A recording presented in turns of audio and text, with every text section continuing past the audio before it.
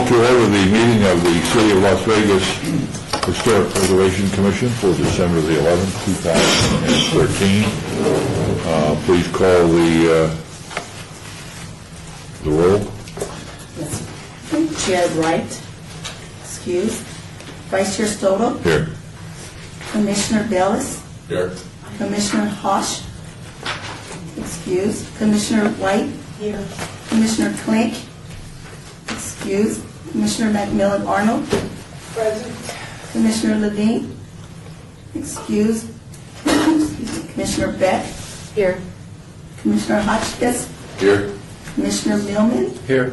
Commissioner Mooney. Here. And Commissioner Serafus. Here. Thank you. 2 questions. Do we have a quorum? Yes. And has this meeting been properly posted? Yes, it has. Public comment during this portion of the agenda must be limited to matters on the agenda for action. If you wish to be heard, give your name for the record. The amount of discussion as well as the amount of time on any single speaker is allowed, and that may be limited. Is there anybody that would like to speak at this time on any item that is on the agenda as an action item?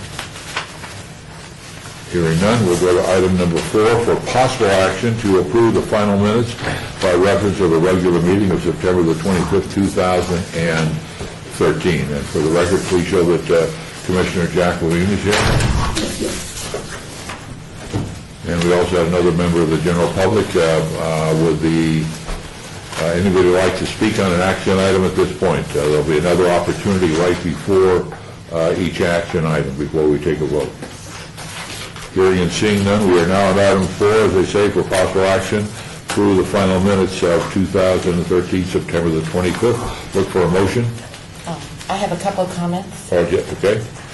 On page 3, under item number 10, right at the end of the paragraph regarding the discussion, it probably should be one of them lapses.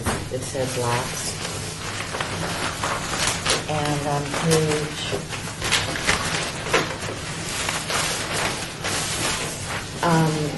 page 5, under item 17, at the end of the discussion, it says also regarding item 8 was included. I think it needs to say it was included. It's unclear. All right, with those 2 changes, would anybody like to make a motion? Those changes are noted, and we'll make sure they're amended before posting. I move for approval with the changes. Do we have a second? Do we have a second? Second. From Commissioner McMillan Arnold. Further discussion? Hearing none, all those in favor say aye. Aye. Those opposed? Motion carries unanimously. We are now on item number 5, which is HPC 51198, abeyance item for possible action regarding additional language regarding disclaimers for grant products, changes to the allowable cost, and eligible applicants for the Historic Preservation Centennial History Grant application. Courtney? We have a request. Can we move forward item number 12, the report on the West Side School? Yes. With the approval, the chair uses its power. And we will move it to number 12, which is a report by the Department of Planning. This is a report by the Department of Planning regarding an update on West Side School restoration project located at 330 West Sahara Avenue. Courtney? So this may not be to the level of detail that the Commission had hoped for, and simply because we're still working on some of the options regarding phasing for the historic West Side School. At the last meeting, you had requested some information about the funding. What we know today is that we have $6.3 million for the funding, and we do have a budget shortfall. And just to remind the Commission, the original estimate was based on a square footage of a cost per square foot that was based on the historic district school rehabilitation. And since that time, real world situations have with the historic West Side School have caused the cost estimates to perhaps increase from that original cost estimate.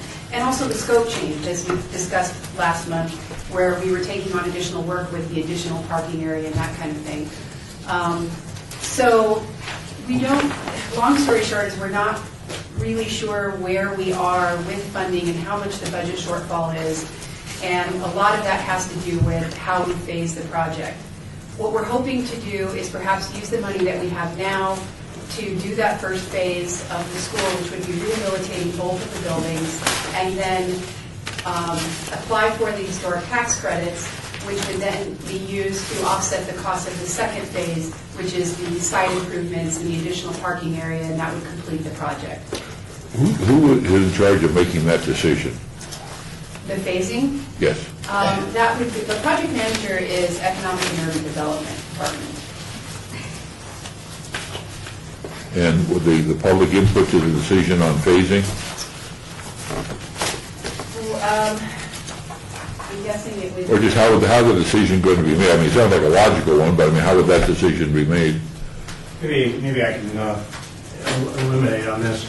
Let me introduce, I'm Scott Adams, I'm the city's deputy city manager, and I've been personally very engaged in this project.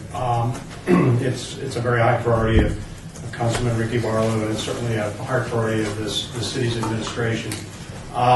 We have about, through several various sources, about $6.3 million that we've been able to bring to bear on this project. We had some grants that smaller grants that we procured.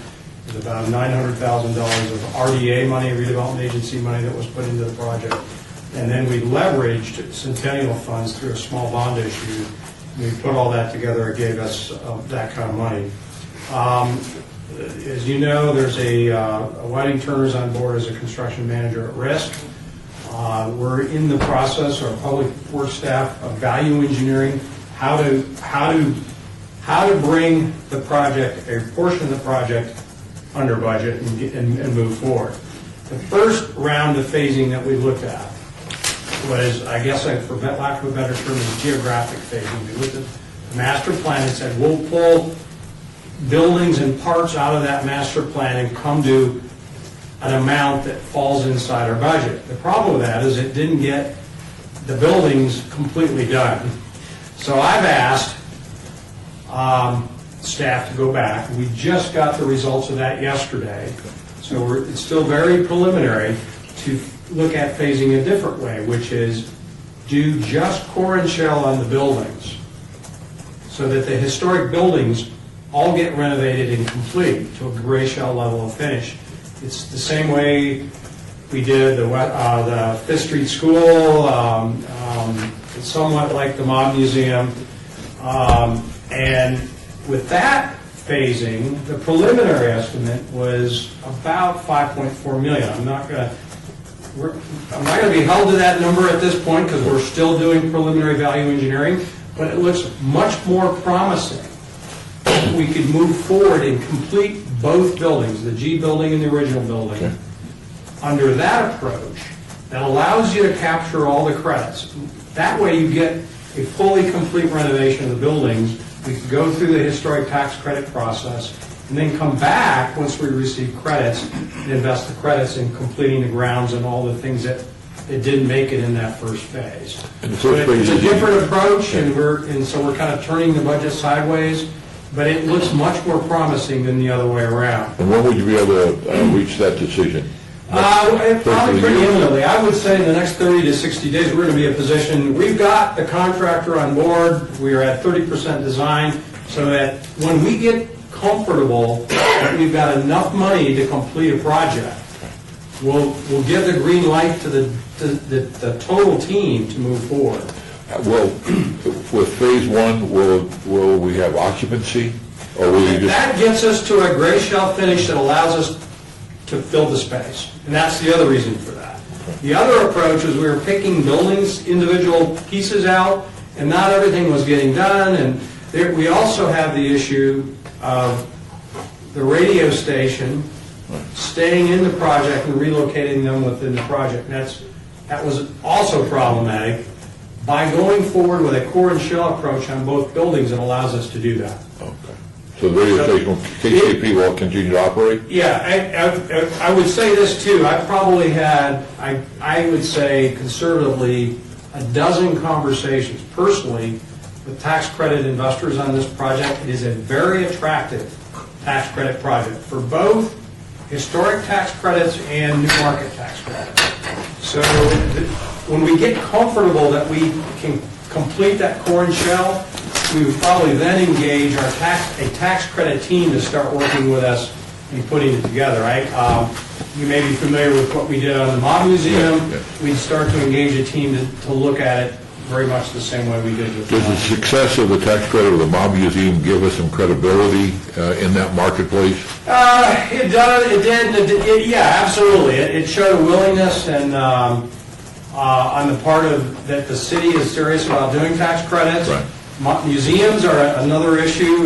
We don't want to call this necessarily a museum because they're not very well regarded in the tax credit industry. So we're posturing it as a community center for the original elementary school in West Las Vegas. That that's a good plays very posture. well in the tax credit community, Any not a question? museum. Sorry, any question from the commission as far as, and we've got the person here to grill, so Go for it. This is, it's one where we're... that'd be nice to coordinate you. Certainly, as you know, as a city, we don't have the resources that we've had in the past like we did when we were doing the Mob Museum and other things. And we are really working hard to value engineer, to keep it inside our budget and being able to say, let's move forward with the project. I have questions, because I want to be sure I understand. So phase one, you're going to do core and shell of the building. That would be able to complete the buildings? Right. Okay. Is there a guarantee that there's a phase two, or is phase two going to depend on funding? It would depend on funding. It would be dependent upon tax credits availability and additional funds. So there's no timeline towards accomplishing phase two? So I mean, phase two Specific- could go on for 3 years It or could. 4 years, Yes. And I'm not and gonna- you just got... I'm not going to say that phase two will happen 6 months from now. I'm sorry? I'm not going to say that phase two will happen 6 months from now. I will say this, there's a concerted effort to look at additional federal funds. We're working real hard in tax credits. I will say this, tax credit investors like incomplete projects, because they like to know that when they put the tax credits in, they'll get a completed project. So the likelihood of credits are very high, I would say. Can I stand here and tell you it's guaranteed? I can't say that. But let me ask you a question in a slightly different way. You say incomplete project, but isn't the benefit of having the core and shell done, isn't that a benefit to somebody that would want to invest that this is really a real Yeah, thing? and it can open and operate as a facility that could house community initiatives. It could be used as a community center, a lot of different ways, which the other way we were phasing it, we weren't going to be able to do that. We're going to be able to accommodate the relocation of, I think, the KCEP, and to get us to a point where the building's done. Both buildings are done. Is That's our goal. this an upgrade of KCP's facilities? Absolutely. Okay. Their facilities, this would be an incredible upgrade to Right. their facilities. Right, I mean, so this is not just, we're just going to paint the building and make sure it's earthquake-proof. This is going to have an operating system within that, but I think your question is still valid. Where do we go with Well, phase two? and my question goes back to the fact that West Side School sits at the beginning of the West Side community. And unfortunately, that community has always been a process of projects starting and never being completed, and then there's a disillusionment. I have a real problem. It causes me some apprehension. I mean, I sat on that coordinating team for the West Side School to redevelop that West Side School. So my apprehension about that being completed completely is, I'm sure I'm not the only one. Yeah. When it comes out that it's going to be phased, I know I'm not the only one. So what's the option? Is the option? Let me mention something that I didn't mention, and I don't want to crack this open and be, a discussion of a redevelopment plan for West Las Vegas, but the Variety Early Learning Center is in a building on the back side of the site. We've been working with Variety to relocate them to the former State Museum at Lorenzi Park, that building. We RFP'd that building, they responded to that RFP process, and we're working with them on that relocation. When that gets done, and that's another piece of the whole greater West Side School site, it opens up the opportunity for a larger redevelopment of that property in relationship between the West Side School and something bigger on that property. And there could be the opportunity to engage possibly with the developer or some other institution to develop that property consistent with the community's vision for the site, and they participate in the completion of the West Side School in exchange possibly for real estate. So we're looking creatively every possible way at completing this plan. That the key is getting the building complete, open and operating. And our vision has always been in a condition and quality comparable to the Fifth Street School. Is there any benefit to wait? We got the 6 point or the 5.4 million, we could do that. Put that in the bank, and let's wait and gather some more money, some more grants, until we can go in and start from A and get all the way to Z and be done with it. Any benefit to just sort of waiting until we get all the money? When would that happen? Does that? When would that happen? I'm just saying, we got two options. We can either phase it in, or we can hang tough right now and just start gathering more money, and it could be a year, 2 years, or 3 years, but at least we'd have all the money. Or do we phase it? I don't have an answer to that. I have a question. Phasing it means it can be used though, right? Yeah. My question is, after you finish phase one, could you refresh our memories as to what will then still need to be done at the school? That would be, if I may, that would be the finishing of the site work for the expanded parking area. There is some mechanical equipment that needs to be installed, new plumbing. It's mechanical, electrical, and plumbing for that parking area, but it sounds simple, but it's a little bit more complicated. Was there anything else with that phase two? Yeah, basically, phase one gets us, my name is Sam Pullman with Public Works. Phase one gets us what we call a gray shell, and it historically rehabilitates the building to its original historical condition, so that we get the tax credits. And to kind of help you understand that, when we did the Mob Museum, we went in and refurbished the whole building to its original condition with the paneling exposed and all that kind of stuff. And then at that point, the whole facility is, as we call, gray shells. So as tenants, we find tenants to come in, there will be some tenant improvements to meet the needs of those tenants moving in before they can actually operate. However, as we just discussed, phase two includes the additional site work, which we took out. It's fairly expensive doing some of that site work. We expanded the size of this site running past D Street. We had D Street abandoned so that we could use that for extra parking. That's basically what we wrote at. C Street. C Street, Right. excuse me. Yeah. Yeah, we redid D Street. Additional question? I think one of the major problems is when we were doing the Mob Museum, we were updated constantly. We did visits to the site, so all kinds of things. And I just think that the information has been very, very slow coming in from people who are doing the work on this project. So we don't know what's happening. And I think that's one of the main things that you feel in the room today, because we don't know what's happening, and this is all new to us, and it should not have been. Sure, sure. There is and I think it's already been pointed out that when we made the decision to move forward with the Mob Museum, we had all the funds in hand at that point. We're in a position here where we don't have it all in hand to do the entire scope that's been laid out.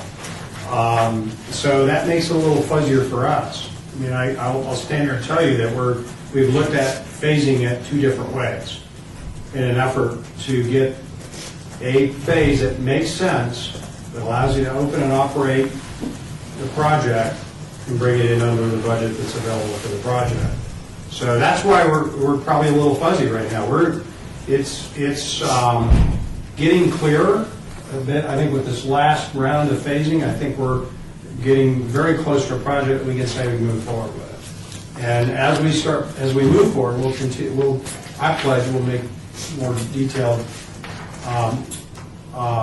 briefings on what's going on. I have to go back to Bob's original question. Who makes the decisions on the phasing? Is that a community decision? Is that the city's decision? Well, I think at the end of the day, there's the goal is to renovate a building and make it available for a range of uses that we've fleshed out with the community. That decision gets made by the availability of funding. Okay. So then that would be. I mean, at the end of, and so planning. what still is left fully unresolved is exactly how the building gets used, by whom. Yeah. We'll have and actually, it's not dissimilar to what we did with the Fifth Street School. I was directing the Office of Business Development when we renovated the Fifth Street School. When we were midstream on that project, we hadn't fully defined who was going to be in that building and operating that building. As we started to complete, we, at that time, issued an RFP to community organizations to come into the building, made some decisions about who to select and go into the building, so we ended up with the Nevada School of the Arts and some others. Some chose to take gray shell as the level of finish that they moved into. Others chose to do tenant improvements. And I think we have a comparable situation here. I think that process is more of one that we engage the community on, is what is it going to be for the community? But the process of getting the building open and operating is really Okay, that's the budget-driven. plan. Then you're saying that the decision to phase according to budget came from your planning department? Or We just want to get Okay. a scope that we can feel comfortable with, knowing that if we pull the trigger with Whiting Turner, we're not going to get stuck ending up short of funding. We want to complete it and be something that we all can be proud of. After the first year, would it be possible, once the decision has been reached, to come back and give us a Absolutely. briefing on some sort of a time schedule? There's people around the table and in the audience that can go back to the community as well and say, and it's just important for us to have some credibility with our folks. Sure. That we are able to give that information back to the community. And maybe advisable to have a public presentation. Will this come before the council at all? Let's see, we do a final GMAX, does that go to council? Yes. Yeah. When we arrive at the guaranteed contract with Whiting Turner, that we want to move forward with, that would go to council. Okay, so we some opportunity at that point. When you're at Gray Shell Point and tenants can move in and the station moves and the community can start using the building, has there been a lack of parking and parking and all that is part of phase two? That would be, and our hope would be, and as you get through as you start the development of the building, construction, as we start moving through construction, we'll be into the tax credit process. We actually receive the commitment on credits on the Mob Museum right about near the end of completion of construction. So there's a timing issue where that could proceed smoothly so that the credits come back in, keep running going with parking lots and things that maybe But were there cut out. could be a delay. But is there going to be parking there without those? Oh, there's parking there now. lots? It's not the ultimate vision or plan for what parking would be, but there would be parking to park from. Well, I have one last question. Do you have a sense of what the cost of Phase 2 would be? I mean, you have, Yeah, it's about $5 million. okay, so an additional $5 million. Yeah. Okay. Yeah. All right. So that's what would have to be raised, and from whether it's a government, to the federal government, grants, or whatever. Or credits, it's Great. Probably most likely to be a combination of all this. Okay, great. Is KCP the only tenant we have so far for the building? I think it is. Yeah, Because I think- OBD was, or EOB was in there, but they're not now, it's just KCP. And does the radio station have to invest something in the cost of renting the facility for them? Or do we prepare it for them to just move in? We have entered into a new lease extension with them that commits them to raise the amount of funding that is needed to match what we have available for their tenant improvements. Okay. That's a good anchor. I mean, that's a So good, what is that amount? The lease, I think, stipulated $500,000, but I think what we've actually cost estimated is a little bit less than that. So we think we're in good shape there. thank you very much. Really appreciate coming forward, and look forward to an update as often as you can. And even if you don't have anything to report, it would be nice to have you. I'll say it, for, those of you, I mean, the Fifth Street School was a challenge, the Mob Museum was a challenge. These good projects that are worth doing are not always easy, and I'm committed to telling the truth. I'm not going to stand here and create an expectation that it's going to happen just like that. We're in a situation, I think we can posture a project that will work initially, and we'll complete it all the way through. Great. Thank you. Appreciate your time. Sure.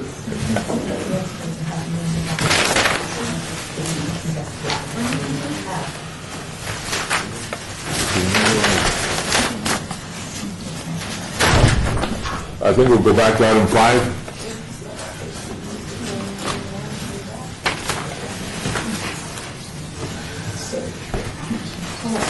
And item 5 is HPC 51198, possible action regarding additional language disclaimers for our grant products, changes to the allowable costs for our grants, and eligible applicants for the Historic Preservation Centennial Grant application. Courtney, and this is item 5. This is an abeyance item. There were some things that weren't quite, you wanted a little bit more discussion on them from last month.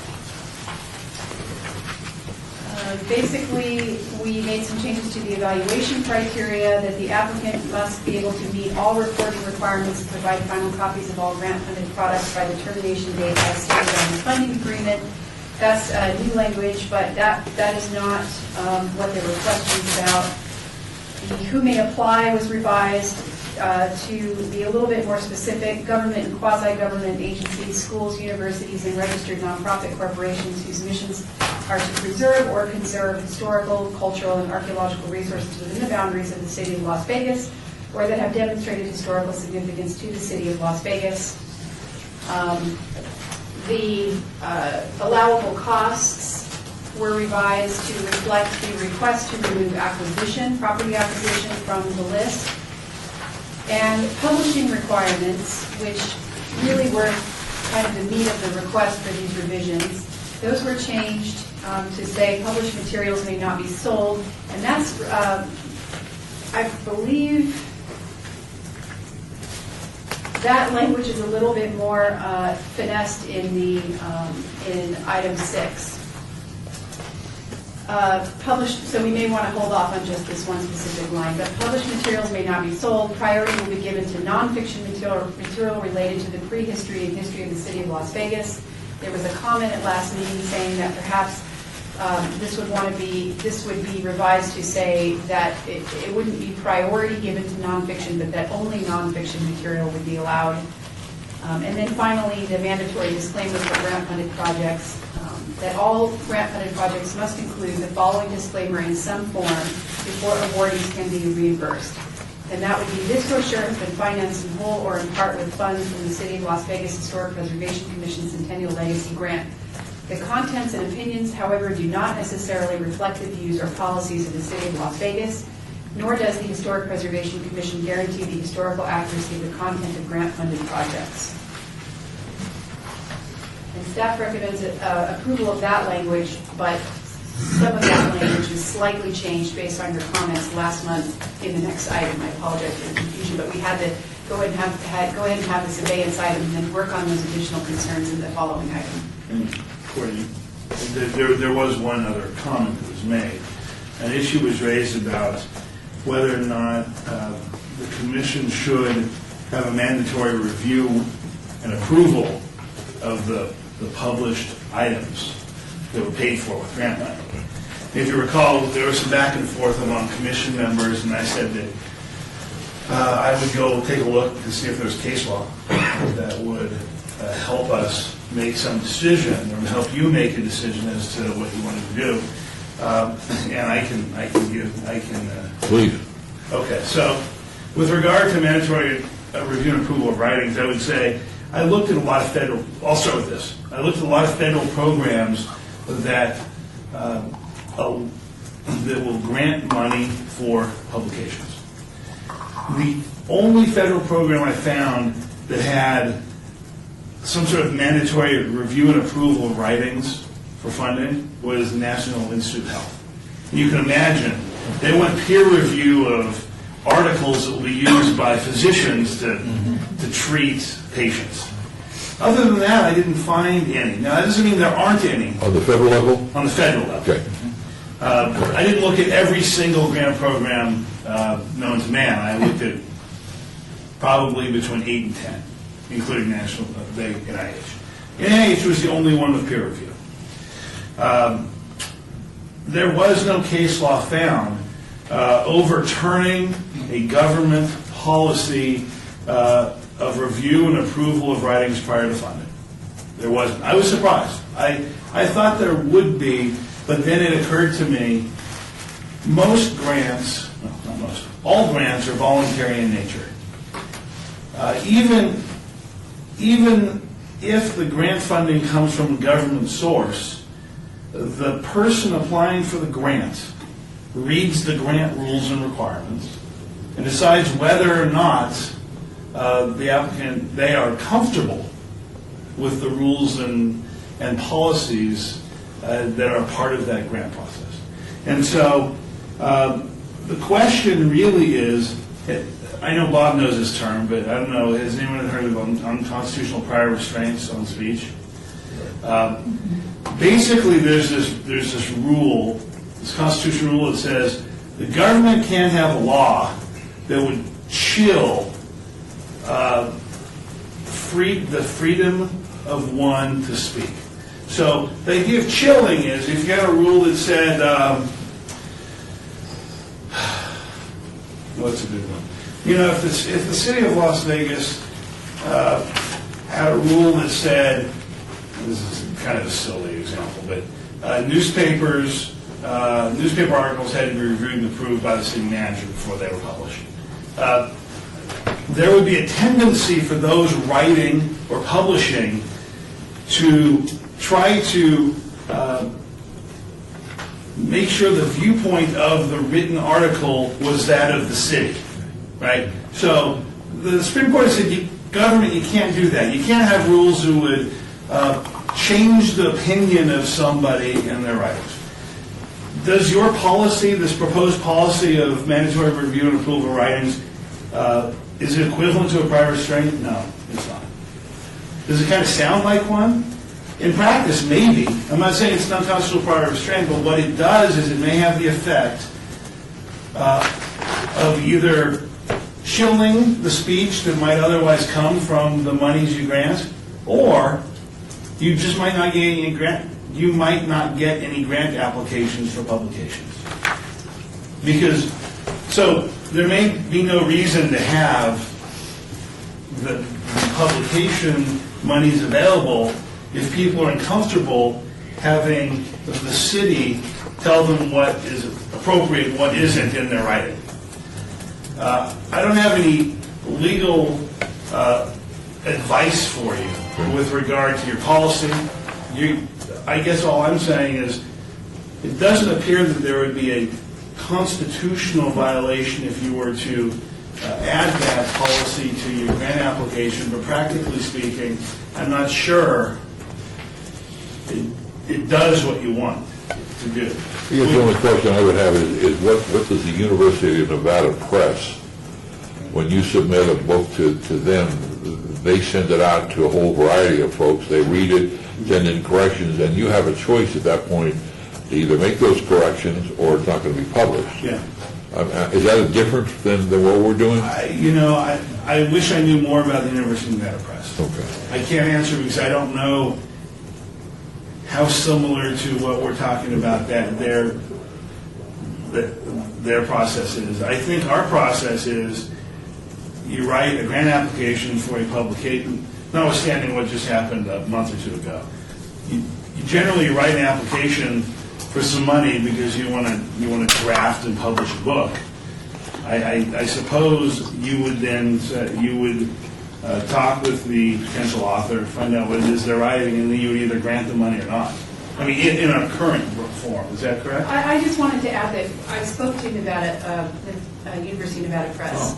Oh, okay. They do not offer grants for publishing, so that was one difference. And she said, as part of the editorial process, that it's normal to request these changes. So what I think it gets down to is does the commission see themselves as a board that is going to edit work, or is it a board that is going to offer grant money for work? And I don't know that it's the two. Well, I guess I could say my point is that I'm an author and I go to the University Press. They're going to give me money in this form. They're going to pick up the cost of printing my book, and I'm going to get a piece of that revenue from that. So the grant is the cost of publishing the book. But I'm going down a street that I don't want to go down. I think I'm comfortable with the disclaimer. I'm not sure we need to be the review board for all of these things. So I'm leaning towards the disclaimer's fine. City of Las Vegas doesn't guarantee that everything here is accurate. They pass the criteria of this, and the criteria is a good criteria, a good filter. Doesn't mean that Fred came in and said, give me some money, and he decided to publish a book about an assemblyman in Pershing County. So that's okay with me. So I didn't want to get too far down that avenue saying I want to read every album, which I do like to do. I would say, Then you like to nitpick. Yeah, I do like to nitpick. I would like to say two things if I could, Chairman. One, if we're going to nitpicking, you still can, if you so choose, right? Because I think one of the provisions is that you're going to receive the work, right? So if the board feels like nitpicking someone, I suppose they still can. But If we get it after it's Prior public. to publication. yeah, I know, I understand You that. can't nitpick. You can still nitpick. Well, you can get It it. doesn't do you any good. To no effect. That's what happened last time. Well, we can see it prior to publication if we pay for it. But then we get back, that gets you back to, do you want to be in the, yeah. Okay, then my question is, if we view it prior to publication, and I guess they're listening to him, it is a grant. We review it, we can't really tell people what to print and what not to print, or what their story is. I don't see us I suppose what I'm saying being is able to that, do that. no, what I'm saying is if that's something, if you wanted to set the process up where you'd say, here's a preliminary approval for a grant for your publication, give me your publication, we're going to read it, we're going to decide whether or not to pay for it at the end after we read it, you're probably not going to get too many people signing up for that program. That's all I'm saying. I'm not saying legally you couldn't institute a policy like that. I suppose if you wanted to, you could. I would say with regard, and then my other point is, with regard to the University of Nevada Press, now I understand it. the press really isn't a grant. They're becoming your publisher. And so you submit a book to the press, they're your publisher, they can do whatever they want to your book. Because they're paying for the words, and you're going to get a cut of the proceeds. Right. In this case, it's different. They're not getting it. They're asking for monetary assistance to research, draft, and get the book published. So it's free money. The way it works now, no strings attached. You all would.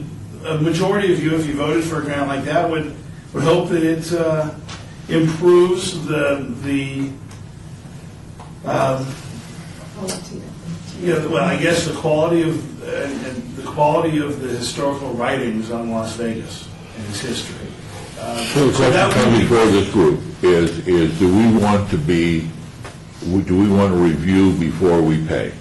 And that's the fundamental question. Do we want to take on that responsibility of saying that we have or can access the expertise to review material that fits our criteria, or do we simply want to say you fit the filter of what you're going to be writing about, you have the credentials to write about it, X, Y, and Z, you're going to follow the rules, and we're going to put a disclaimer in that we're not saying everything in this book is accurate. We just got to decide which one we want to do.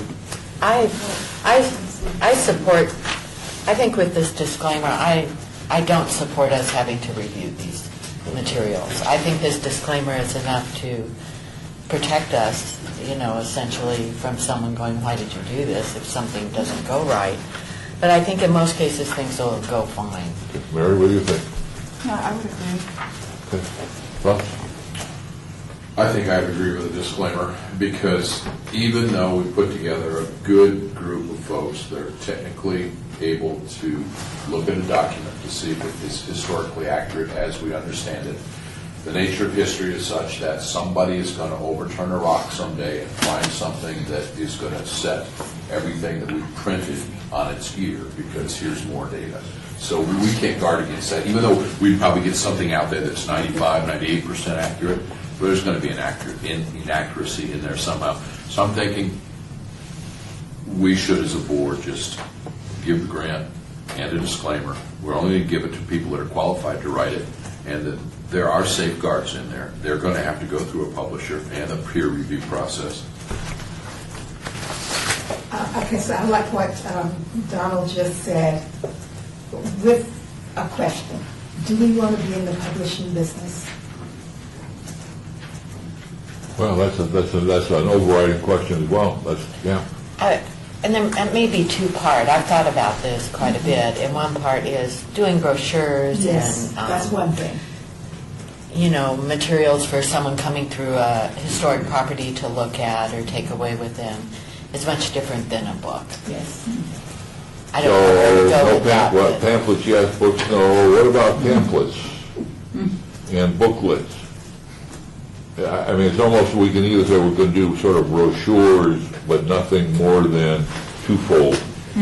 Well, I think the disclaimer is good, and then I think, it says that, published materials are to be sold, and I think everybody should come to us with whatever they have. I mean, there's already a disincentive because they can't sell the materials. So it's, I think it's going to be a lot more of a academic type person that comes up that has this information that wants to, let them come to us, and then we can make that decision then. And are we afraid of a little controversy? I mean, is that what we just want to be the quiet Historic Preservation Commission? Well, I don't think that's what we've been doing the last couple of years. I think that we have pretty strong guidelines in order to qualify. I think that if we make sure that people who are applying for our grant have complied with those guidelines, met those guidelines, and done that, and with the disclaimer information, because I don't want to get into any of it. And I guess, some things are like Bob said, it's 98%, 97%, 95%. And everybody has a different perspective on what took place 50 years ago. So, I mean, we can't. Jack? I don't want to control it. I'm good with just a disclaimer, and, you know, that doesn't mean we can't discuss, doesn't mean we can't call on the carpet for something, but, you know, and hopefully we can have some input, okay, if they want to bring it to us, but I don't think we should require it. No, you're talking about Richard? David? Well, I was the one that kind of brought up this issue, and I'm fine, but I'm fine with a disclaimer. I think it solves the problem, but there's always that but. I didn't bring it up from an editorial point of view. I brought it up almost sort of trying to avoid embarrassment point of view. I mean, trying to protect the city, the commission, protect the city. You don't want a story out there saying, well, they say the mayor is doing crack in the alley, and the city supported this project. It wasn't from an editorial point. It was more as just I feel I'm not paid on. We're not paid, obviously, clearly, but I consider myself working for the city of Las Vegas, and I was just trying to protect the city. But I think the disclaimer, and well, let me back. And I've also been involved in some of the rooting through all the things that have come across this commission over 10 years, and there have been some really bad stuff that's needed correcting. But that's another issue. But the disclaimer's fine. I do wonder whether or not where it says you have to have it before the awardees can be reimbursed. What if they need the money to publish it first before we can read the disclaimer? How does that work technically? What's the process for them saying, yes, we will include that disclaimer? If they can show staff and the commission proof that that's been included, if In a galley or they're something? looking at a draft and that kind of thing, just to make sure that it meets the requirements on a basic level, and that would be, a draft form is fine. Okay, Yeah. that's fine. I was just trying to, I know it's insane, and I was just trying to preclude embarrassment and trouble down the road. I was trying to get ahead of the game. That's all. But I also brought up the issue of whether we should be, a couple of meetings ago, as Clay T said, whether we should be publishing books or not. And it's a tough issue, because how do you define a book? I don't know. I tend, given the amount of money we have, I would tend to discourage funding. But I don't think we're not a place that should be giving out tons of money for books, because there's so many other small projects that need the money. Yeah, but maybe we just be part of the grant of that book that's being. Yeah. I could see being a part of it. Richard? Sean? Yeah, I'm comfortable with the disclaimer approach, and just gleaning from the conversations amongst us, I think we probably do more upfront work in awarding the grant, screening the credibility of the author or the research team or what's being undertaken. And by doing that, I think we kind of put a little more noodle power, so to speak, into that part of the process before we award the grant, then have the disclaimer in place, and then possibly, just like bricks and mortar projects, maybe we withhold an amount of the grant, I don't know, 10% of the grant or something, till we get the product in a fully acceptable form, and use that as leverage to keep these people accountable to us. Well, I look for a motion. Move to approve. Do we have a second? Second. We have a motion and we have a second. Any additional comments from the commission? Hearing none, any comments from the general public on the item number 5? Hearing none, all those in favor say aye.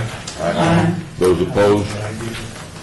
Motion carries unanimously. Now, item number 6 is a similar, or has additional elements to it. As you see, and this is item number 5, HPC 52051. publishing requirements, they must be made available to the public free of charge. Priority will be given to nonfiction material of the prehistory and history of the city of Las Vegas.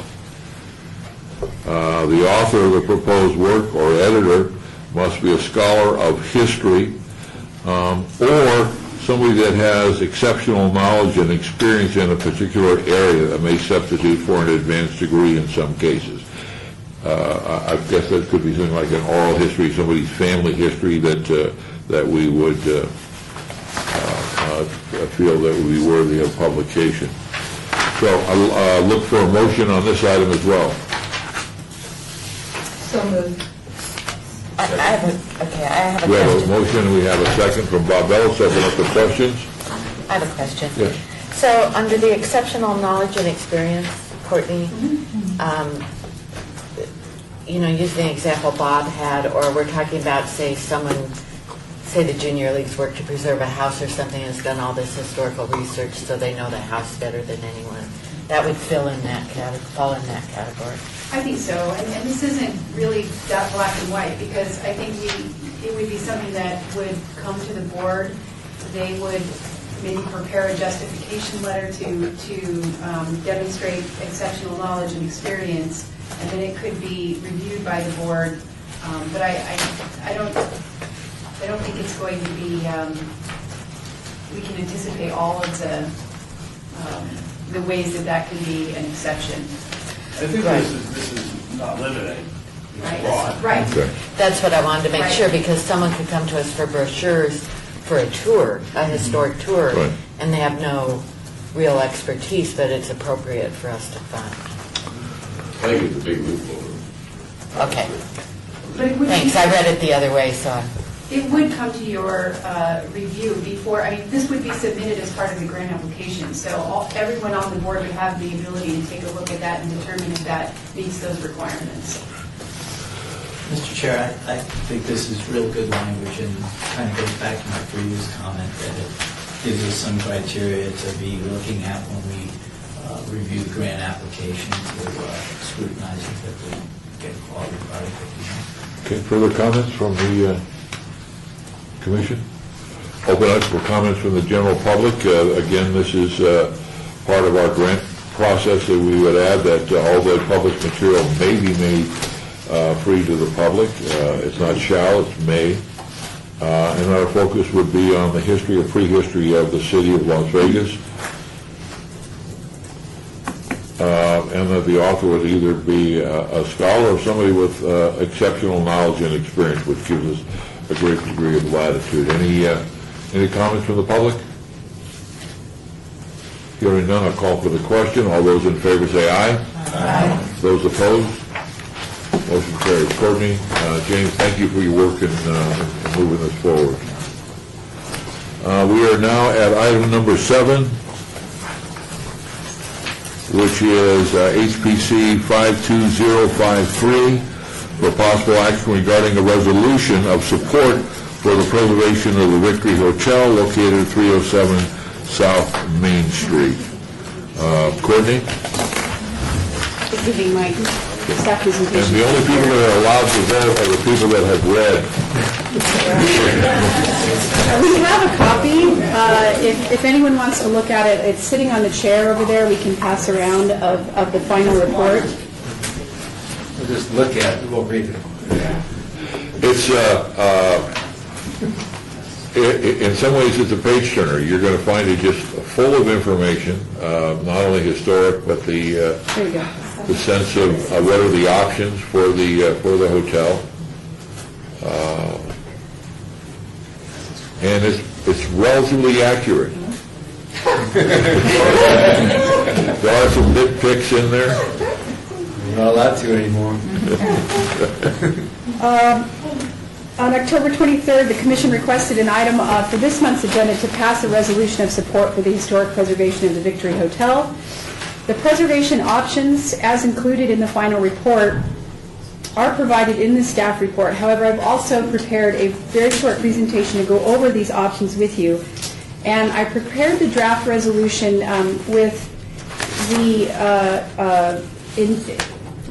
with the idea that we could, if you don't like the way the resolution supports moving the entire building to another location where it can be interpreted and placed within an accurate historic context, if the commission would like to vote against that and say supporting just moving a portion of the building, we can take that language out of the resolution and put that in its place. So I just wanted to go over briefly the options so you kind of have a visual.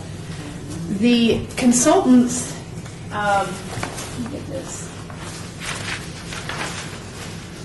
on full screen somehow.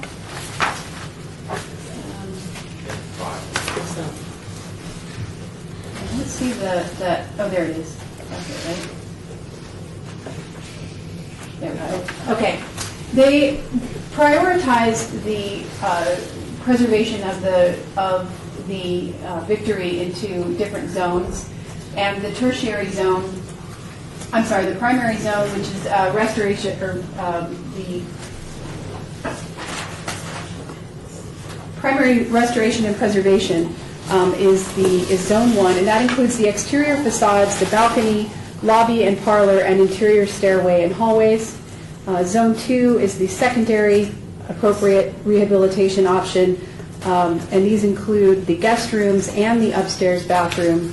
And then Zone 3, which is the final appropriate alteration rehabilitation. These include the downstairs bathroom and rear shed additions. So if you were to prioritize, if you were to think about moving just a portion of the building, then we would perhaps look at the exterior facade, the lobby, parlor, interior stairways and hallways, etc. So that's kind of where those preservation zones come to play in that decision. So the options are preserve in place in the early mission style or preserve in place in the original vernacular style.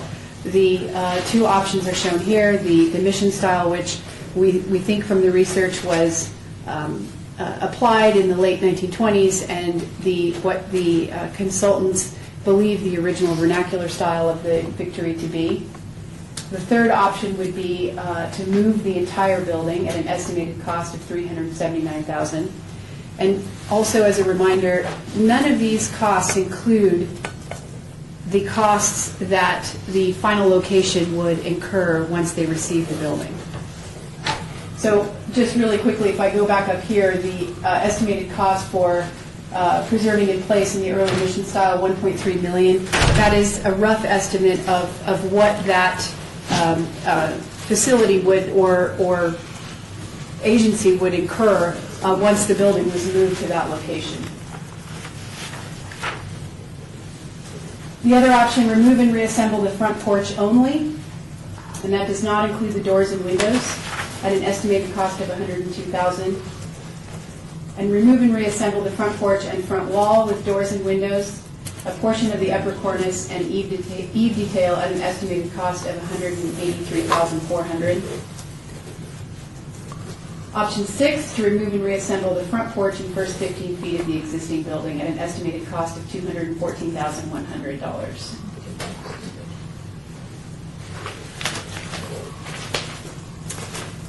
So the resolution that I drafted, which I see is not included in your staff report. Yeah, I listened through it. I couldn't find the draft resolution. Let me see if I can, you may have to hold this in advance because it's not in your backup. The resolution that I drafted basically supported moving the entire building and preserving those elements that were prioritized by the report and placing it in a historically accurate context.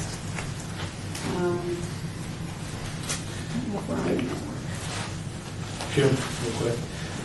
Courtney, I think if you, let me see how we notice this, because I think with proper notice, you can read the resolution to the commission, so we don't need to, if you so choose, then that would keep us from needing to obey the item. Okay.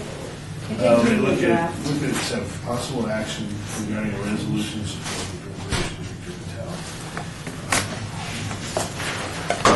And I would suggest to you that staff does not have to, in order for this to go forward, staff does not have to suggest a resolution.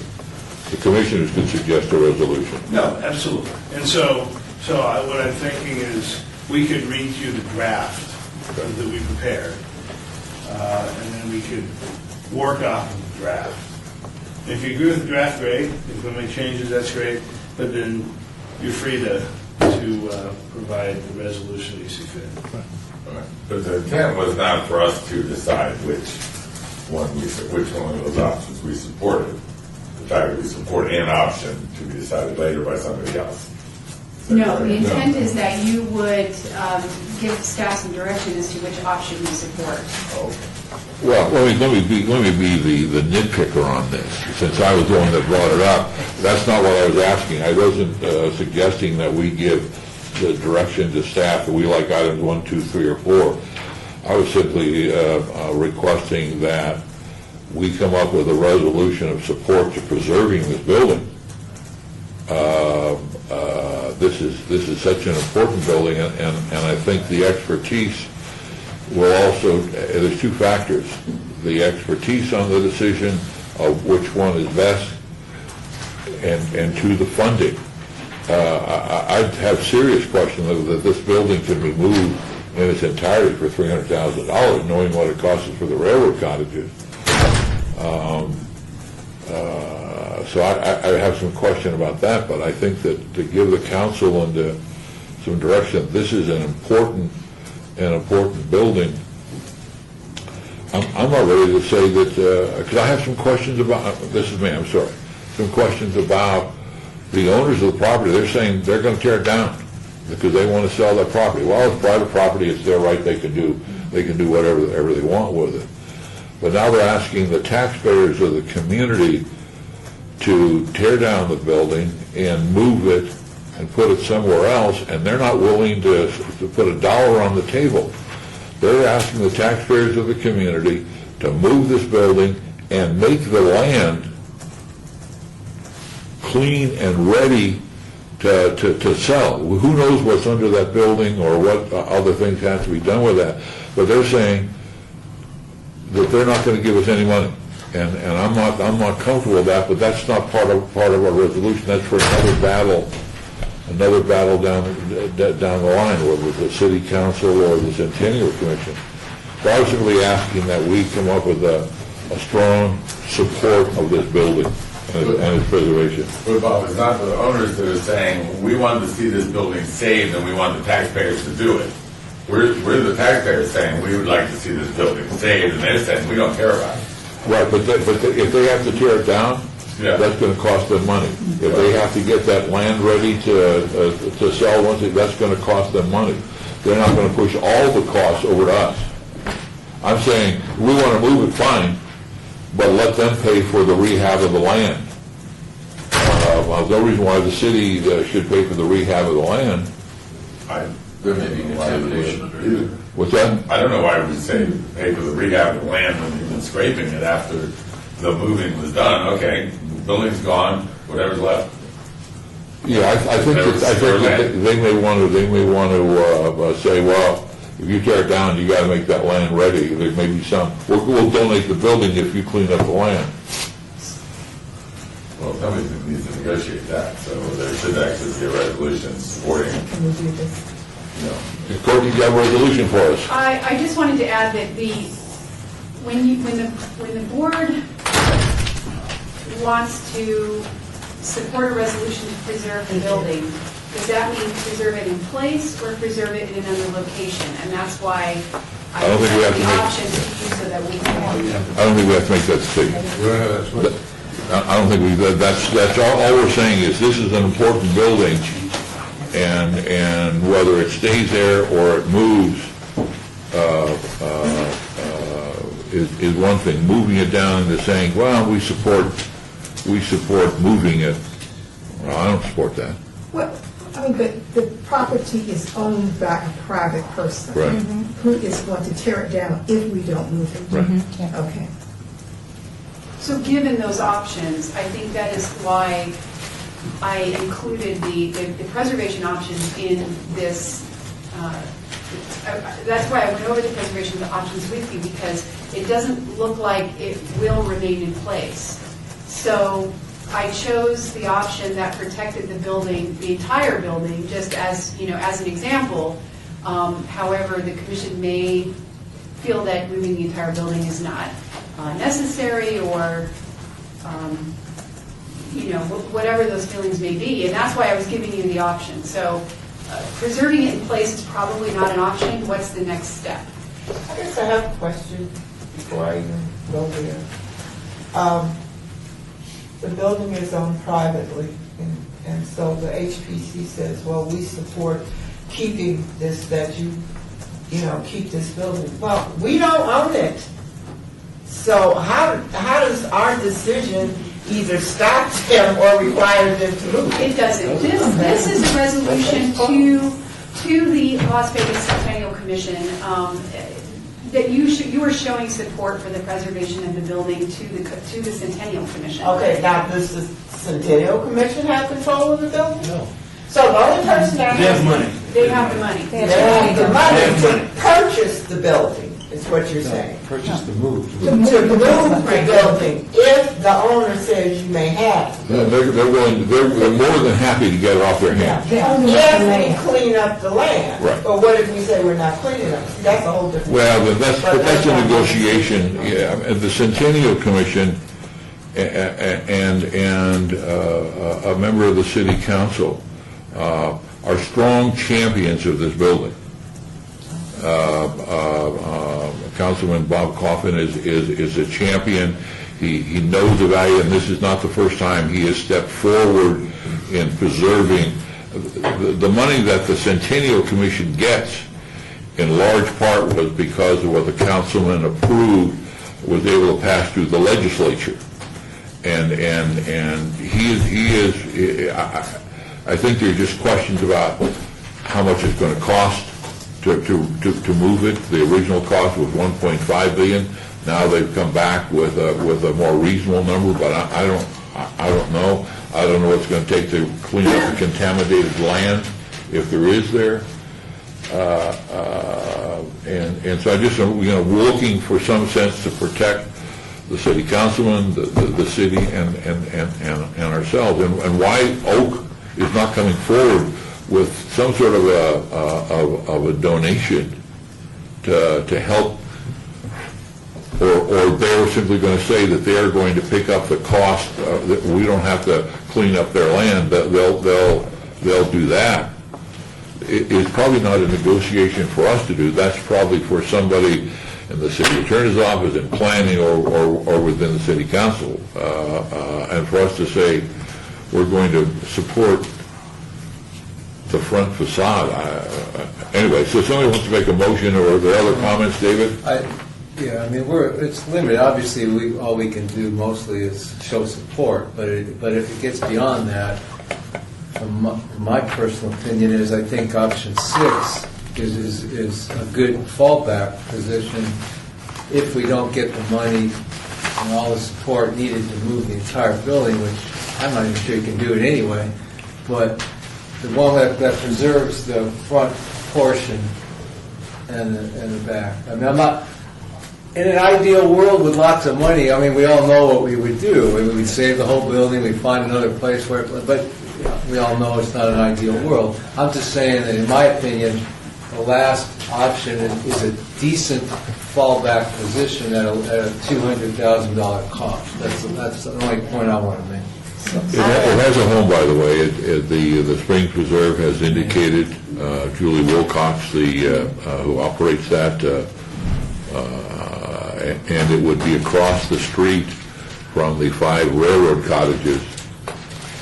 And no, it's not, again, it's not the perfect spot, but it would, at least would be within a historical area to where, and they're building a 3/4 mock-up of the old Spanish-style railroad museum, railroad depot that was built in '06. But if you have a chance when they open the railroad cottage, I think you'll be really pleasantly surprised at the job that they've done, and they've made the original plot land size, and so it would have a decent home. Or the city could just buy the hotel and the land. And we've heard That was a good question, is that an option for the city or anybody to, buy a book out? You run the same situation, I think we are with the Las Vegas Grammar School, the West Side School is where's phase 2 money coming from? There's just, David, ideal world. That'd be great to stroke a check and the city's able to preserve it and it becomes a downtown whatever. So what are we going to vote, what are we supposed to vote on then? To support the resolution, we have if I can call your attention to the final paragraph, what might actually help some of this, simplify that final paragraph, that the Las Vegas Centennial Commission take whatever actions are necessary to allow for the Victory Hotel to be carefully preserved. And that does not specify a particular option, but that it shows support for the preservation of the building. So I'll second that. So do that whole paragraph with the words, dismantled, to just be preserved? Just strike dismantled all the way to generations, put a period after the word, put carefully and then preserved period. The idea would be if the commission did not want to choose one of the options that were outlined, Right. at least this would show support for the preservation. Yeah, Exactly. that's good. So can we read that out loud? The Las Vegas Centennial Commission takes whatever action Are are necessary necessary to allow for the Victory Hotel to be carefully preserved, to be carefully, Preserved. period. and cross everything else out. Yes. And that's the motion? And we have a second? Well, so someone, what we need to do is we need to hand to the clerk along with your motion, an amended version of this. And just because it wasn't part of the backup. But we don't necessarily need to read in all of the whereases, but basically, everything in the whereas describes, one, why you have the authority to make a resolution like this and why you're doing it. Okay. So that was the motion that I made. There is one paragraph where it says, has expressed support for the relocation of the Victory Hotel.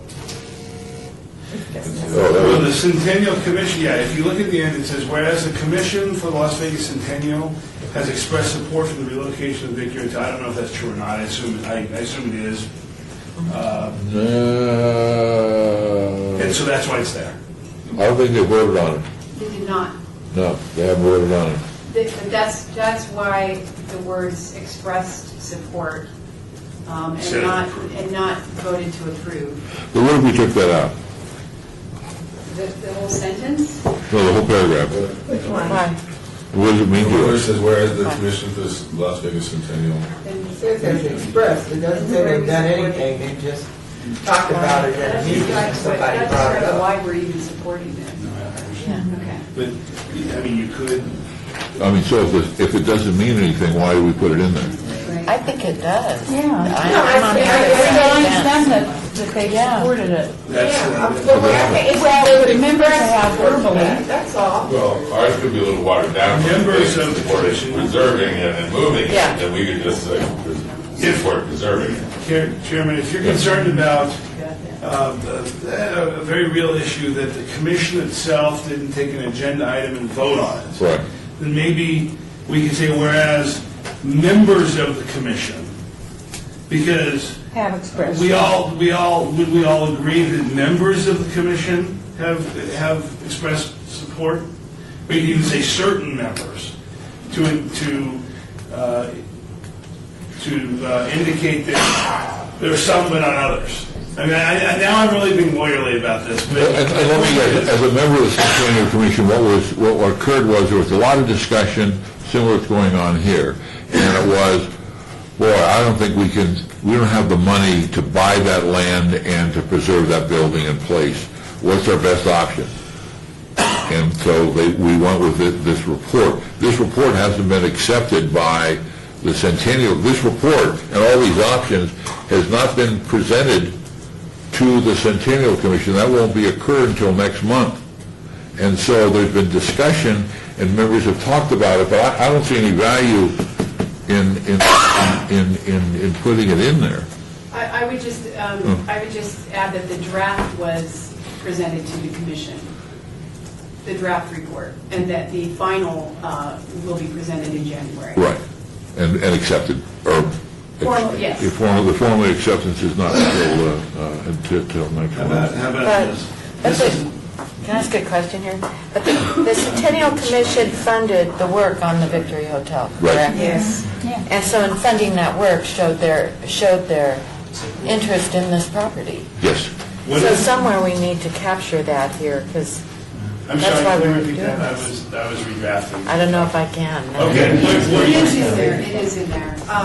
Her question was that by funding the report, the commission has shown support for it. So, and that is in the last whereas, it notes that in 2013, the Right. Centennial Commission funded the report. Right, but I thought that was important that we maintain that in here, because Right. that does show their support. Well, how about this for this paragraph? Because what I'm hearing is that there are members of this commission uncomfortable with the possibility that some might read this and think that the commission is saying that the Centennial Commission supported it in its entirety. So maybe we say, now I've watered this down a lot, so this is just a, whereas certain members of the commission from the Las Vegas Centennial expressed support for the preservation of the Victory Hotel, comma, and in 2013 funded the Victory Hotel Historic Rehabilitation Assessment Report in preparation for its relocation. Again, instead of talking about taking an action, now we're saying that there were members that expressed support for its preservation. Again, watering it down from where it was to this, but it still talks about people expressing support for preservation. In that same paragraph, so the last couple of sentences, words are in preparation for its relocation. That should probably be in preparation for its preservation. Yeah, Or we could remove that whole in preparation for it. Oh, yeah, you could just say report period and get rid of that. And the reality, I think that's great. The reality is, the only way we're going to say this is to move it. That's the reality, except that this action hasn't been taken yet by the Centennial Commission. So I think rather than putting them in a corner, I think we got to let them do it. We simply say, Centennial Commission, we're supporting you. We really think this is an important building, and here's the report, and then it kind of comes up. And I think we'll go before the city council as well, will it not? The report? No, the action. I don't think it can just be. I think so. I'm pretty sure that's how that works. Okay. Any funds that are... I think yes. Yeah, it depends on how much, right? Okay. So this is what I'm going to read this, and then to see if I got this right. Whereas certain members of the Commission for the Las Vegas Centennial expressed support for the preservation of the Victory Hotel, comma, and in 2013 funded the Victory Hotel Historic Rehabilitation Assessment Report, period. Is that what I heard the Commission agree on? Okay, and then the final paragraph, then remember, I'll just read the final paragraph again so we know. The final paragraph, it says, now therefore be resolved that the City of Las Vegas Historic Preservation Commission recommends to the Las Vegas Centennial Commission that the Las Vegas Centennial Commission take whatever actions are necessary to allow for the Victory Hotel to be carefully preserved, period.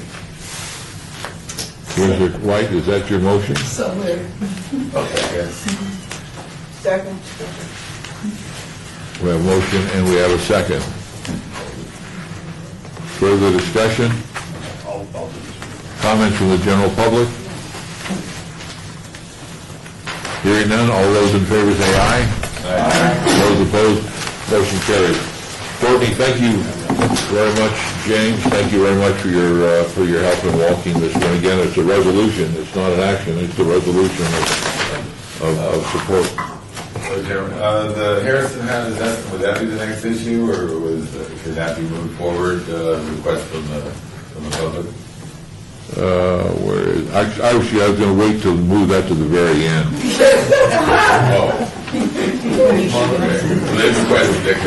Oh, yeah, well, we'll give you some cookies now. That is item number,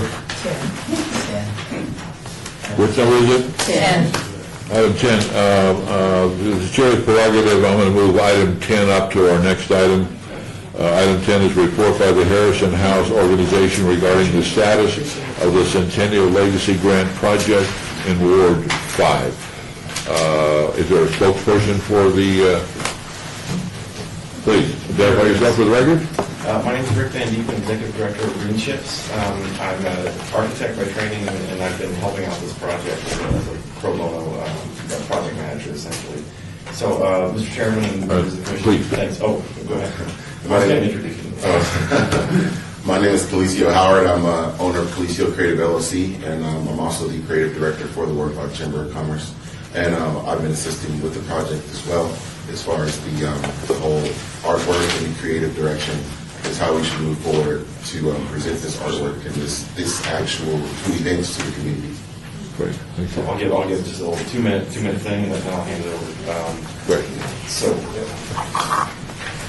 So I'm happy to report that we have Mela Harmon under contract, and she's already moving forward and has her site visits planned to take existing photographs of the Harrison House and start the whole documentation. We anticipate, or she anticipates being on schedule for approximately March to complete the state of Nevada historic designation or application anyway. And then moving forward from that point, her tentative goal is to finish the National Historic Register application by September. So that's moving well, and I want to acknowledge Courtney and all of your help and assistance in this project. We've been going back and forth talking about just some of the possibilities of installing solar on the south face of the roof, and whether we're going to be able to do that, and what the other options are if we can't do that. So we're still working through that, but I appreciate your help on that as well. And she and I will be in contact with the representative at SHPO once we kind of get to that point of knowing exactly what the scope is going to be on the exterior of the building. This is an energy retrofit, by the way, for anybody that doesn't recall a previous presentation. But it's a basic energy retrofit of the Harrison House, including some basic exterior renovations to touch up the house. We're not going to affect any of the character defining features or anything. And converting it into a multi-use facility where they can give tours and trainings for how to do home energy retrofits, as well as having a display of the historic aspects of the house, being the boarding house pre-segregation.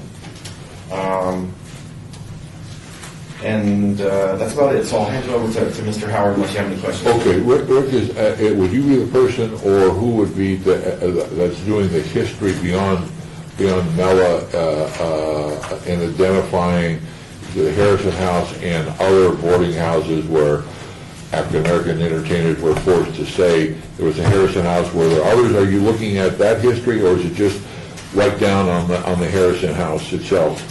Well, yeah, I would have to defer to that question because I'm just really involved in the project. But actually, we want to branch out to all the historic boarding houses for African Americans that work here in Las Vegas. But this is the beginning. This is the actual climax of what we want, the pinnacle, I would say, of what we want to do as an organization at Ward 5.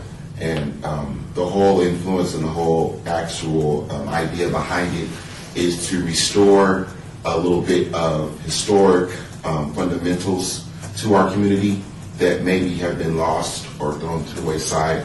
I happen to be a youth in the community, and I run a business as a youth. And they look up to a lot of the things that we as African American youth do. And being a part of that network, there are things that are missing that we feel. And we feel that there are these two projects and these two actual implementations of this into that community will give a sense of restoration, a sense of pride, a sense of, maybe change the mind of the perverted state that F Street is in. So we want to branch out and utilize every boarding house that was prior to the Moulin Rouge. But essentially, we want to start here first because that's like the hardest hit. So we could, if we could actually do that, then we can move into other things and other venues and other programs that we would like to implement to our community. Commissioner White? No, Mela has already been in touch with me. Okay. Great. We're really excited to work with her, and as you mentioned, I mean, I think this is really a great starting point, and if we can show that an adaptive reuse of a historic facility like this can start to activate other similar projects in the neighborhood and hopefully the Ward 5, and I want to acknowledge Katie and everybody from the committee for showing up today as well, and just to show how serious this group is about the project. But I really think it could be a template that can be used for other preservation projects. What we're doing right now with these two projects to explain to you the artwork that you're looking at here. The first project is this all together, which would be the Bones and Blues and the Emancipation Proclamation celebration. And we're trying to define a sense of historics back into our community through these events. Some of these events, like for example, the Emancipation Proclamation celebration, will include things like neighborhood street, like F Street cleanup. So we get all the fraternities. Me being a Phi Beta Sigma fraternity person, I'm affiliated with the National Panhandle and Council of Greeks. We can get our Greeks out there to help clean up the community, show scholarship and service, and show culture for service and service for humanity back into our community through that type of thing. Also, to commemorate the Moulin Rouge being burnt down in 2003, we're doing an evening at the Rouge to kind of recommemorate that part of history back into Black Las Vegas, which is the West Side, and show people the actual progression that we've had since that part, and since we've been desegregated and now able to move and put our actors and actresses and people of entertainment into the Strip environment, which we weren't able to do before 1933. So we're actually trying to re-implement this history and allow our youth and our people and our community to have a sense of pride about being able to be in a desegregated state, to be able to move forward in their progression in their lives and in the things that they may want to see. It may empower other young thinkers and young people to want to do the same and bring forth more change in our community. I think it starts with the mind state first. So that's the artwork. It invigorates the mind state change, so to speak. So also we're doing a golf tournament, which would be like a socializing event where people could come out and sign up, sponsor, do a golf tournament with the people in the community of the F Street community, with the Ward 5, to integrate other councils, other people in the community that are of certain powers to come in. Now, the way blues ties into this is, if anybody remembers the HR 57 bill, it states that blues is an indigenous sound, that it comes from Africa, that it comes from indigenous people who brought this to America, and we've implemented this style, and it's become an Americanized style of our own.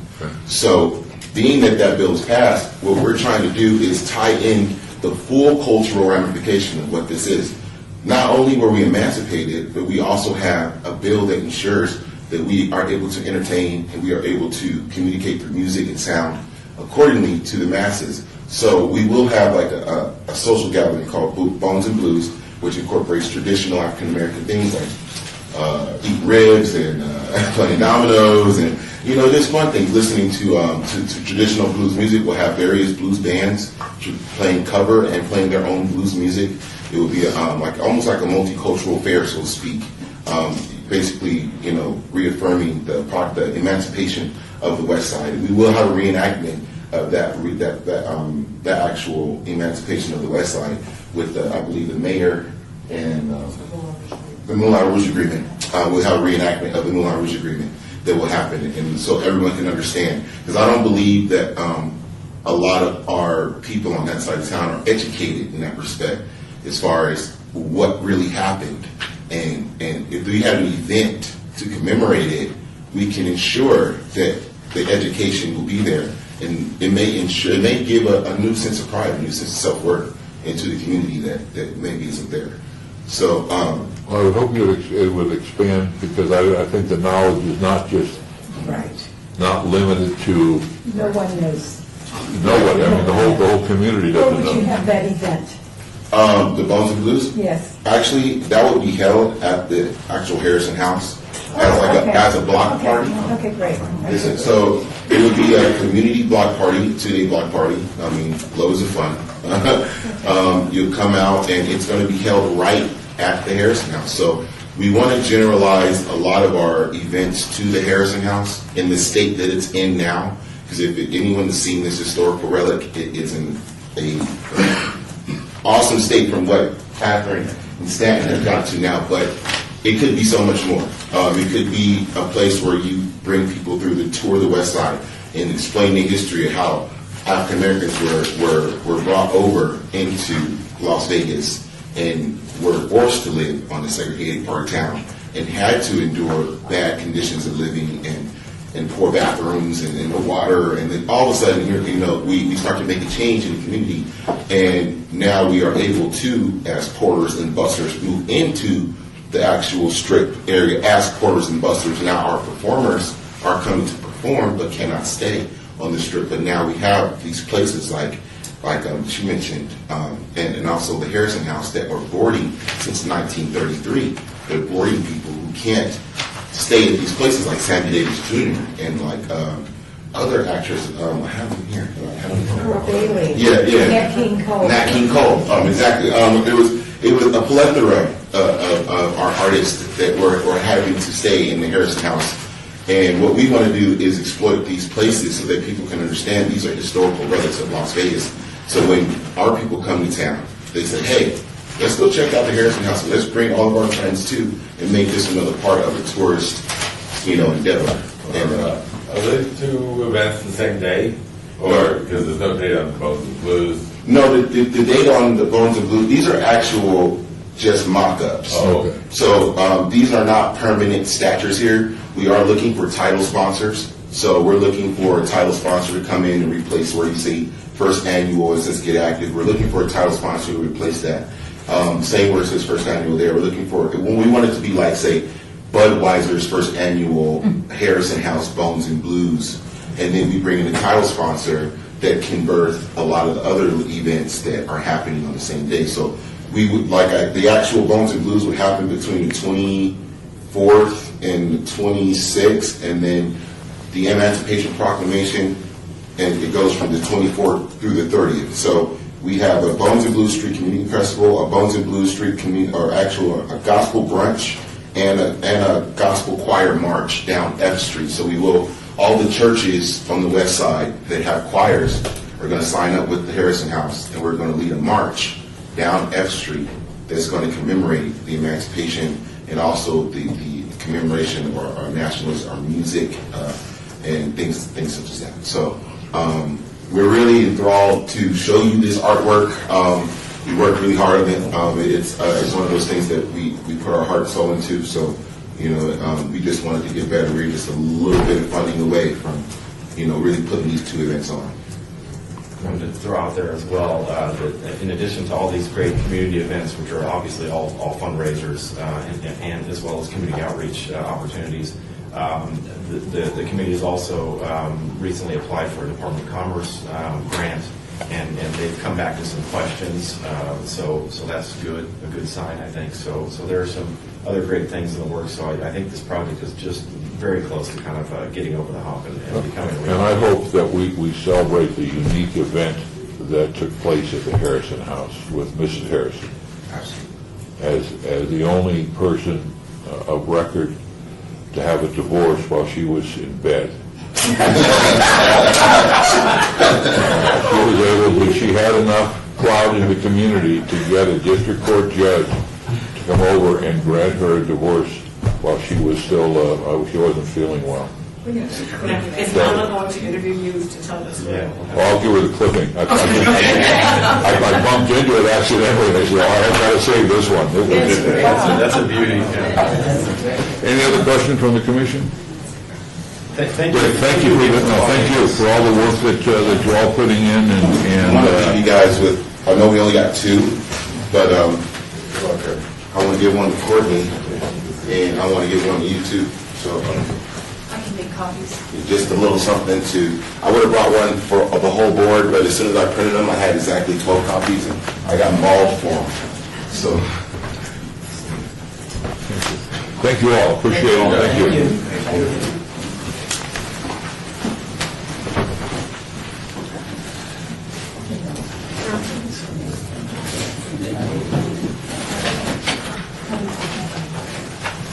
We're now, I think, on item number H. Courtney, would you back me up on that, is that? Yes. Okay. Item number 8, HPC 52054, possible action regarding historic food and architecture tour during the 2014 Preservation Week and Archaeology Month. Courtney? The City of Las Vegas Historic Preservation Office is working with Nevada Humanities on a possible historic food and architecture tour of downtown Las Vegas to be scheduled in May 2014, and it may occur on more than one Saturday in May depending on logistics and funding. The preliminary scope includes a focus on restaurants within the downtown area that have either been in business longer than 40 years or in a building that is 40-plus years old. The tour will last approximately 3 to 4 hours and will stop at historic landmarks as well as restaurants. Transportation will be provided. Nevada Humanities is developing a program of recorded oral histories taken from restaurant owners or longtime patrons to accompany the tour. Staff will seek a vendor to provide the tour and will provide short histories of each location to the vendor. And as soon as we have a draft budget for the event, that will be provided to the commission as soon as possible. And so staff is seeking approval of this event in order to move forward with the planning. Move to approve. Second. I just have a question. How many restaurants are there downtown that fit this criteria? There are actually quite a few, and so we're kind of looking at where we're going to, how does the route line up with other historic properties in the downtown area. So it's a little more complicated than we originally. I mean, are there 20? Do you have any rough I idea? never know. I think it was maybe close to 15, but we're also including all of the adaptive reuse or rehabs that were done on Fremont Street too. So we're trying to kind of end up on Fremont Street. So that's, again, it depends on how much time we have and what the other historic properties are. We have a motion. Any comment from the general public? Hearing none, all those in favor say aye. Aye. Those opposed, motion carries unanimously. Now we are at item number 9, which is a presentation by Heidi Swank regarding nonprofit historic preservation advocacy group called the Nevada Preservation Foundation. Courtney? The commission will receive a presentation by Heidi Swank. She's going to talk about her newly formed Nevada Preservation Foundation and how we can work as partners. Great.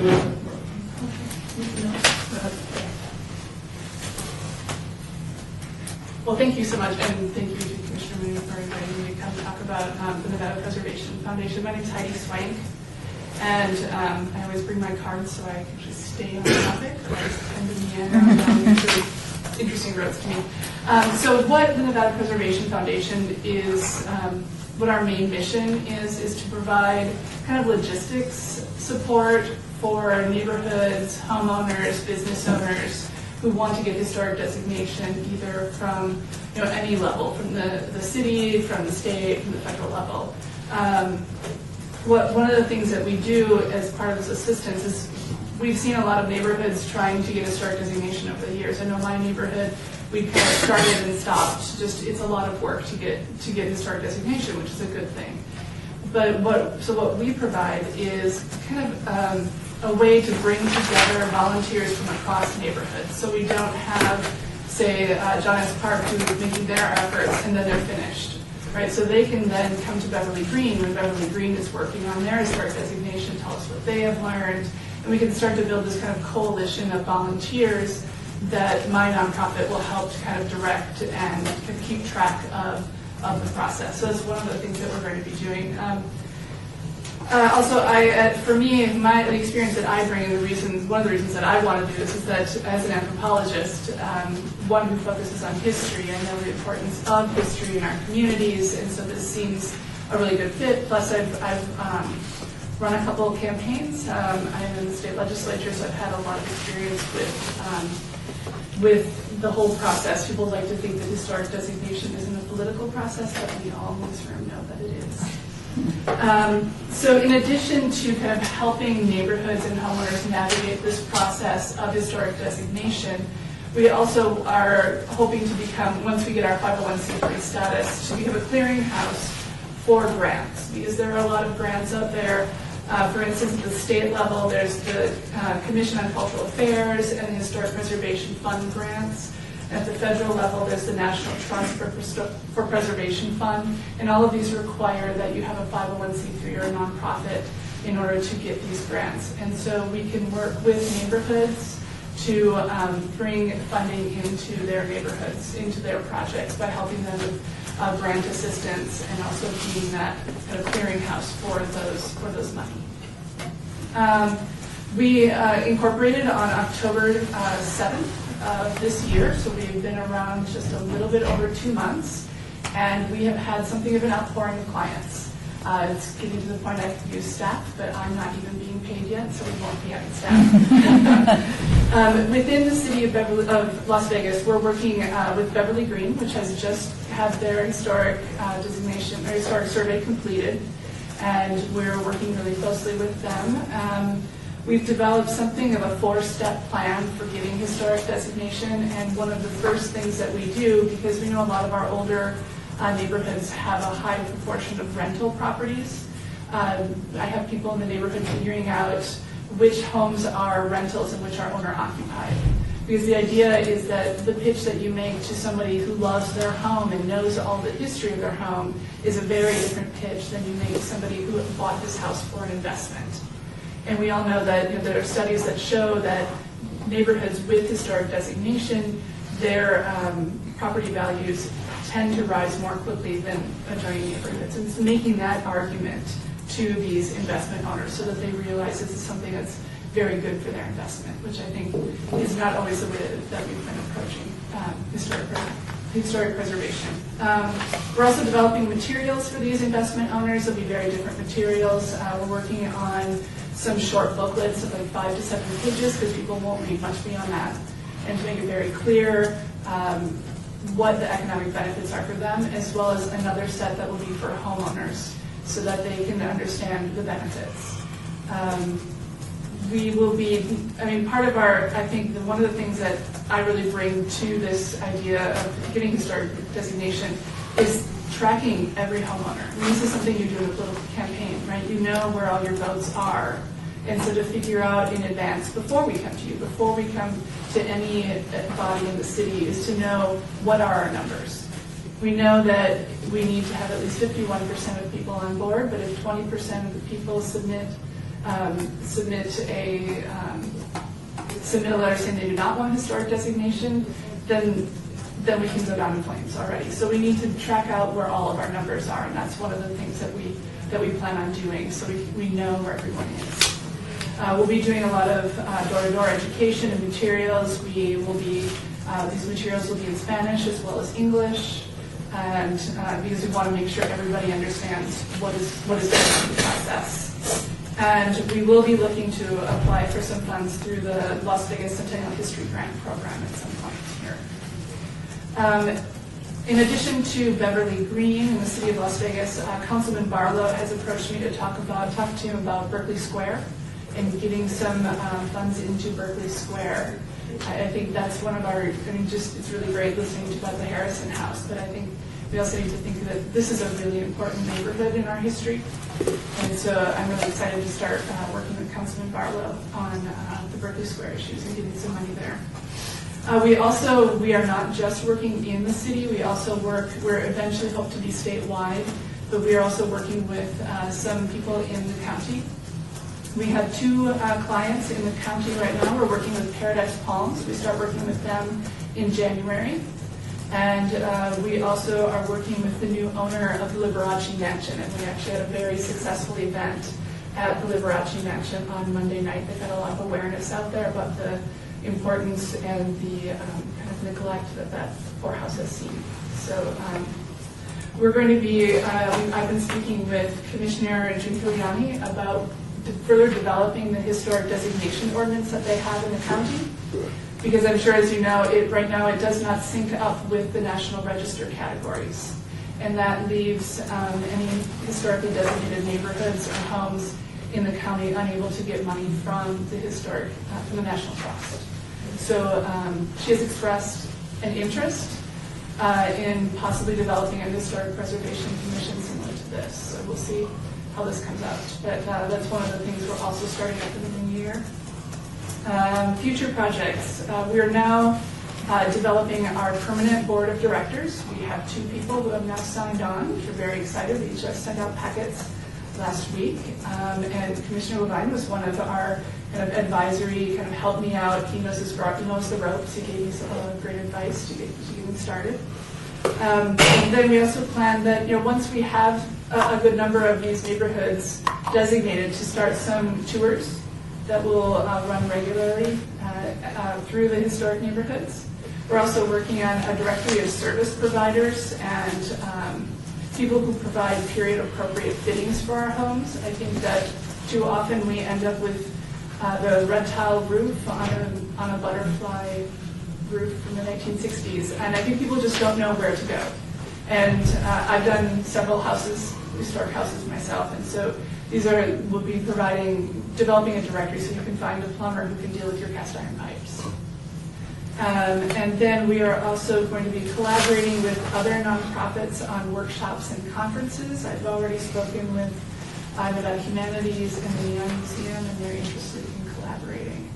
So we're just starting out, but these are the plans, and we hope to be able to bring more neighborhoods and homeowners and business owners to get historic designations so we can conserve our resources.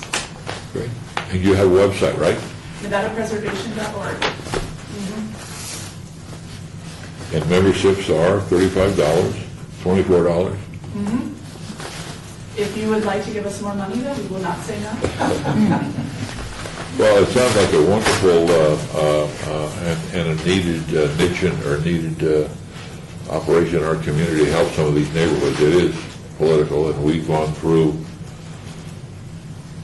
some bloody wars and learned along the way. And then we've also had some successful ones from the things that we have learned. So taking what you're doing and moving from one neighborhood to another and learning as they go along is great. Comments from the commission? I just wanted to thank Heidi for filling a big, huge hole in the market. Okay, that is definitely absolutely needed, and I was really proud to be asked to be on the advisory panel to get it started up.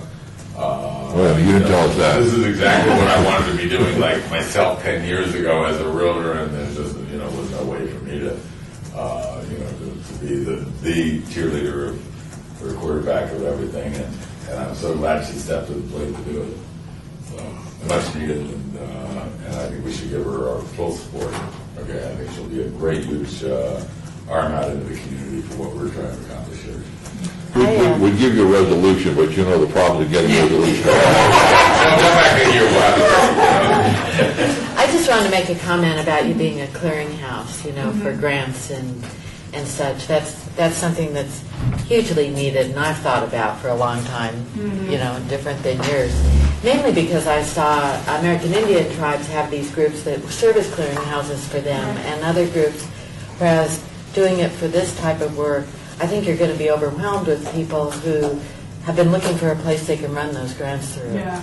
And so that's a huge service to the community because people just couldn't figure out a way to access the money. Right, and I know like Paradise Palms, they had no idea the monies existed. There's money out there to develop ordinances. So we can apply for a grant from the National Trust to do more work on the county ordinance, which is something they hadn't thought of. Yeah. Well, not to add to your work, but we'd certainly like to have you come back in a couple of months and give us an update and a status report and check out the website to see how things are going. But I think we'll all echo Jack's and all our support for what you're doing. So. Yeah, it's good. Heidi, this is just so wonderful. I would encourage you in the neighborhoods to really stay ahead of the few negative people. That we, with the Wesley neighborhood, we thought that would happen, and we had majority support for it. And we had one really disastrous community meeting, which Courtney, I'm sure, won't ever forget, where a few negative voices just flip people around. There's a lot of And put- misinformation out there. yeah, about and what it was just we do. shameful. And they kind of thrive on that, Yeah. that drama. And it's Well, hard.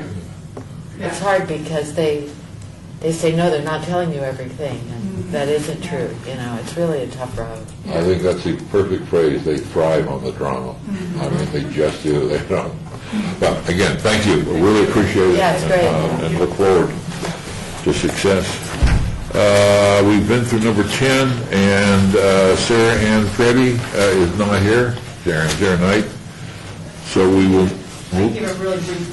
Okay, report. please. She did call me this morning and send her apologies for not being able to be here, reminding us that she's 94, I think. So the letter that I sent got lost, and so anyway, she apologizes. But she did say that they've started work. They've started collecting the oral histories and planning for the event, so they have done some work, and she will be sure to be here for the next report in January. Great. 13, report by the Department of Historic and Archaeological Resources in the local media. We've all read that. Some good stuff. Any comments?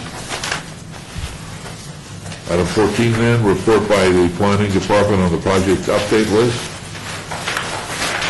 That's it.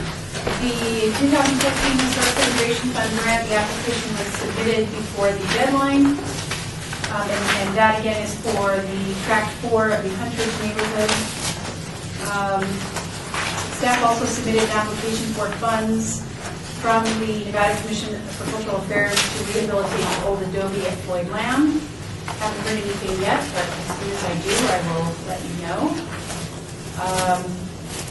Railroad Cottage dedication was held at the Clark County Museum on November 16th.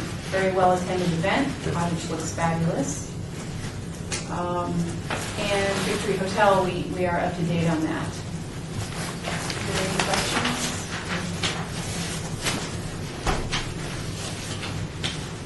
Item number 15, report by Department of Planning regarding downtown project list. You'll notice project number 35 is the Mob Museum. And I was a little surprised to see this on the list. And I remember all they're doing is they're changing the current alcohol license they have from a cultural event license to a kind of limited license that requires a special use permit. So that went to Planning Commission. No physical changes to the building itself, you'll be happy to note.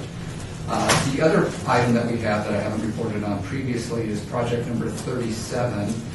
This is a proposed brew pub that's going to be going down in the Arts District in the existing building that's on Main Street, just immediately south of Charleston. It's going into two of the tenant spaces there in that building right there. It's going to be called Hop Nuts Brewing Company. We had no discretion in terms of the name that they proposed, but they went to Planning Commission last night, go to City Council in January, and we'll have another business there in the Arts District. And that's it. Do you know what's going on with the S2, the old S2 tower is one Main Street and one Charleston? We had asked these at last time. All we have in are permits for tenant improvements, but we don't have any indication as to what's going in there. So we know that they're doing some new walls, new partitions inside. They're also replacing some of the windows on the exterior, but that's the extent of what we have on their building permit application. Number 16, discussion regarding topics for future agendas for the Historic Preservation Commission. Comments made during this portion by individual commission members shall refer to proposals for future agenda items, and such proposed items shall be placed on future agenda. No discussion regarding the substance of any proposed topic shall occur, and no action shall be taken. Anybody have any?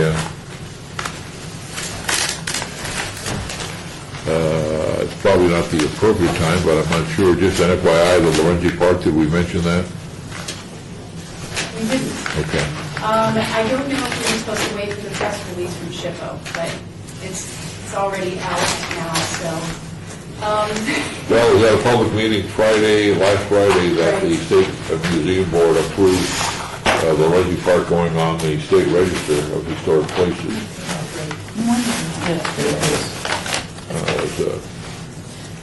And well, there was one other one that was on there. Is it the only?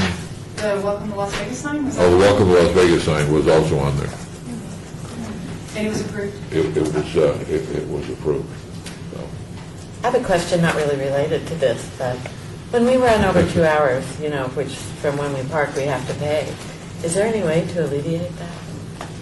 If you don't mind, Vice Chair, when you go out, you just hand your parking ticket to the clerk up front. We have the ability also to validate beyond 2 hours. So Okay. make sure you tell her, because they're used to seeing the boards come in and they're out within the 2 hours. So tell her you need to be validated beyond 2 hours. and they'll do that for you. Last time it happened, and it's going to happen today as well, so. Most definitely. Thank you very much. You're welcome. Thanks for all the sugar.